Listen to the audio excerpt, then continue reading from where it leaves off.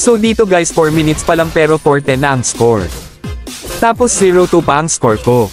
Sabay ng trash talk bigla itong magaling namin na Clean. And nag-aaway din itong tank namin at si Pakito.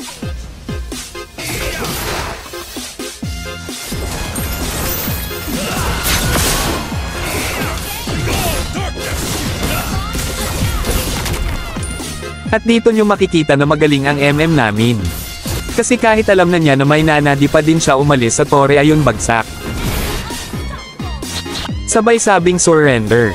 Kaya hindi na lang namin siya pinansin.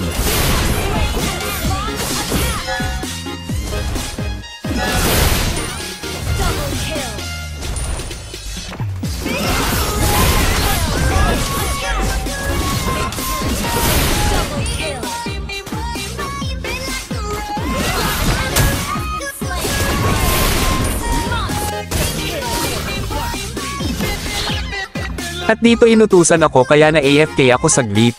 At pagbalik ko ang tapang ng MM nila kaya binigyan ko na agad. Tignan nyo dito guys na takedown ko na ang isa sa mga kalaban pero di ko alam kung ano ang iniisip ng MM namin sumugod ba naman sa dalawa ayun tunaw. Kaya tinanong ko na ang magaling namin na MM.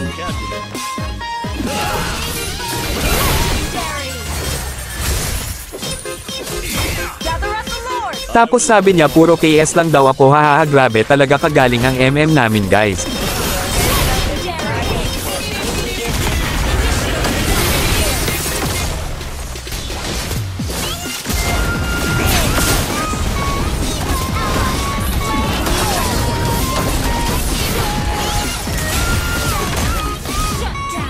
Ito pa tignan nyo namatay na ang dalawa sa mga kakampi namin.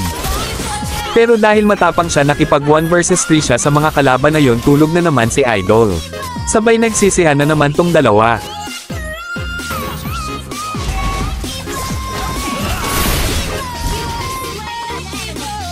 At dito makikita nyo sa mapa kung gaano katapang ang MM namin. Grabe talaga ang lakas diba saka ang talino pa.